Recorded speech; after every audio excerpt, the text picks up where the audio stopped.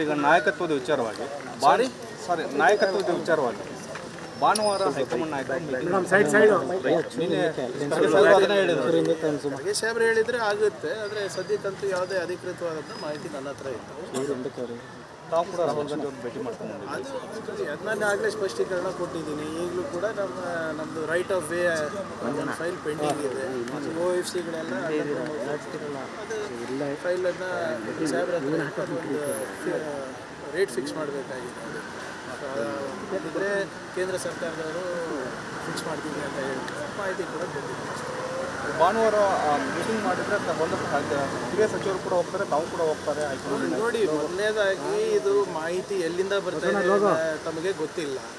ಅಧಿಕೃತವಾದಂಥ ಆಹ್ವಾನ ಇರ್ಬೋದು ಅಥವಾ ಹೇಳಿಕೆಯನ್ನು ಇನ್ನೂ ಯಾರು ನೀಡಿಲ್ಲ.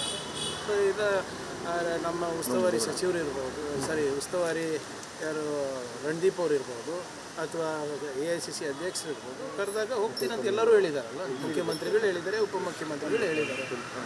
ಅವ್ರು ಹೇಳಿ ಡೆಲ್ಲಿನ ಸಂದೇಶ ಇದು ಗೊಂದಲ ಆಗ್ತಾ ಇದೆ ಅನ್ನೋದು ಮತ್ತು ಶೀಘ್ರವಾಗಿ ಹೈಕಮಾಂಡ್ ಇದನ್ನು ಬಗೆಹರಿಸಬೇಕು ಅನ್ನೋದು ಒತ್ತಾಯವನ್ನು ಸಮಯದ ಪ್ರಜ್ಞೆ ಹೈಕಮಾಂಡಿಗೆ ಇದೆ. ಸಂದರ್ಭ ಸನ್ನಿವೇಶ ನೋಡ್ಕೊಂಡು ಅವ್ರು ಹೇಳಿದ್ದಾರೆ. ಇದೇನು ಹೊಸದ ಹೇಳಿ. 130 ವರ್ಷದಿಂದ ನಮ್ಮ ಪಕ್ಷ ನಡ್ಕೊಂಡು ಬಂದಿದೆ. ಯಾವಾಗ ಏನು ಮಾಡಬೇಕು, ಯಾವಾಗ ಎಲ್ಲಿ ಇಂಟರ್ವೆನ್ಷನ್ ಮಾಡಬೇಕು ಮಾಡ್ತಾರೆ.